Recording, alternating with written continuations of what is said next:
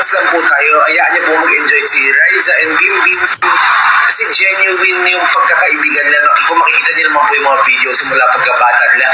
Kung ano yung mga nangyari ng bata na nakakatuwa lang po, di ba? Super nakakatuwa lang. Po sila badala na yan.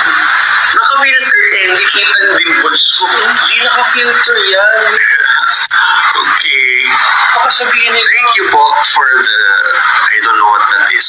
Basta as long as napapasaya po kayo, as long as may positivity, as long as may, good vibes, enjoy po natin yung bawat moment, no? Ganun lang po yun kasi maikli na ang buhay. Piliin po natin maging masaya, mabuting tao at marespeto, di ba? Then, yeah, everyone, let's relax. Let's enjoy the process. ay, wow naman. Hindi mawawala ang 13 years of friendship, di ba? Kasi kahit balik na rin mga mundo, sa 13 years na yun, mahal niyo ang isa't isa. Yeah, most definitely. I'm not denying it. Kasi maganda talaga yung samahan yung friendship nyo. Alam mo, tuwang-tuwa nga ako may little bossing yung mga behind the scenes natin kung nagkukulit ka ngayon, no? Oh, it's 9:20 na. I will eat. Goodbye. Bye-bye. Makain na lang po kasi nakakaisin yan din. Ano ba yan yung spaghetti? Marco, I will eat lechon, chicken, rice, and leeks. Opo. Thank you. O, sticker muna. Uling ang gupin ng sticker. Okay, thank you. Thank you, Ma'am Jane. I love you. Nera Tambok. Oh, sweet po niyo. Mark, Luigi. Bye. Po, radio. Kasi that's para wala nang no need to put on makeup, di ba? Yes. Ito sa Bobo Radyo. Bimbi Radio.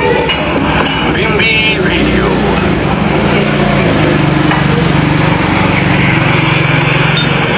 Opo, para pero ngayon radio is not doing so well because more YouTubers know po. But I think radio can still have kasi ngayon podcasts are so popular.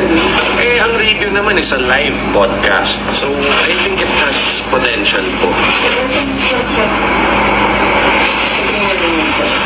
This is Bimbi Aquino signing off. See you all tomorrow. Thank you very much.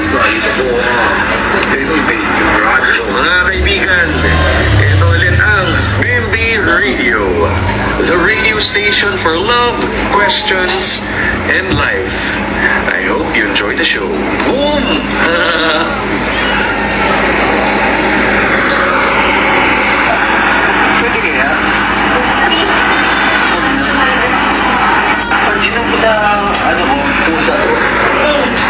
Oh, I have a hat. Oh, thank you. Thank you. Thank you very much. Thank you very much, Juan Cadaleon. Or pang-basketball announce na lang.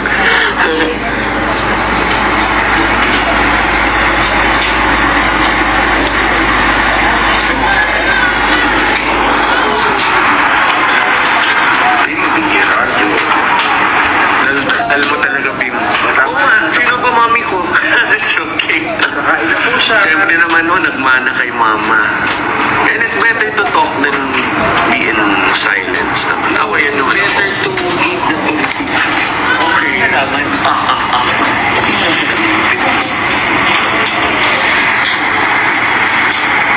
Oo nga, bagay. That looks nice. Hindi ko na mabasa. Mukha kang professor. Mukha kang straight. Straight. Straight as arrow. As an arrow. As an arrow.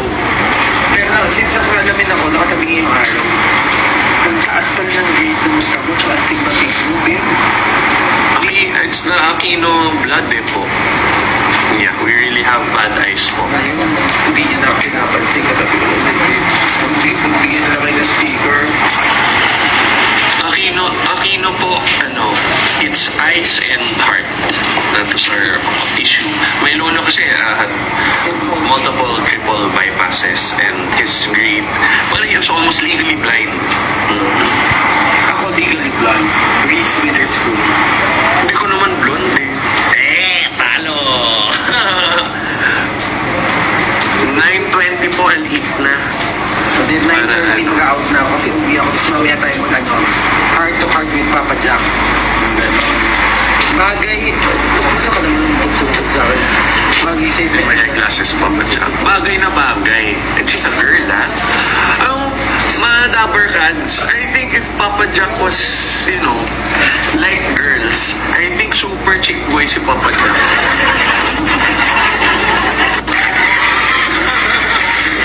Diyan.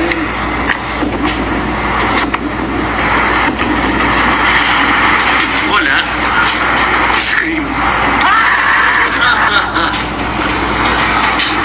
Feeling ko po na inamin mo naman na if you like girls, you would have like 20 girlfriends na 10 anak each. Kasi alam mo naman mga Dapper Cats, mga fans, Papa Jack loves so much eh. Diba? He loves so much. He loves in excess. Basta no extra baggage lang. Oo. He loves in excess, kaya napupuno yung nag-overflow. Kaya Keep on sending sticker. Thank you. It's clear chinito. Alam niyo po, sa totoo lang, relax lang po tayo. Hayaan niyo po mag-enjoy si right side. Sticker, sticker, sticker. from Winnipeg. Watching from Tarlac. Oh, yan, sila Fantabio, sila Ray, o si Ray, Jackie. I need to shampoo. Naka-pomade po ako eh. Tago mo nilagay, no? Rockstar. May nang ano niya eh. Hair and makeup niya ngayon eh. Watching from AG. Beep, beep, beep. Ang sorry na. AG! Okay. Oo, perfect. Thank you, Ate She. From Riyadh. Oh, I've been wanting to go to Riyadh po. Because a lot of boxing events are there.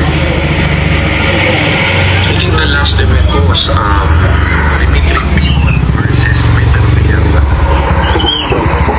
Russian boxers.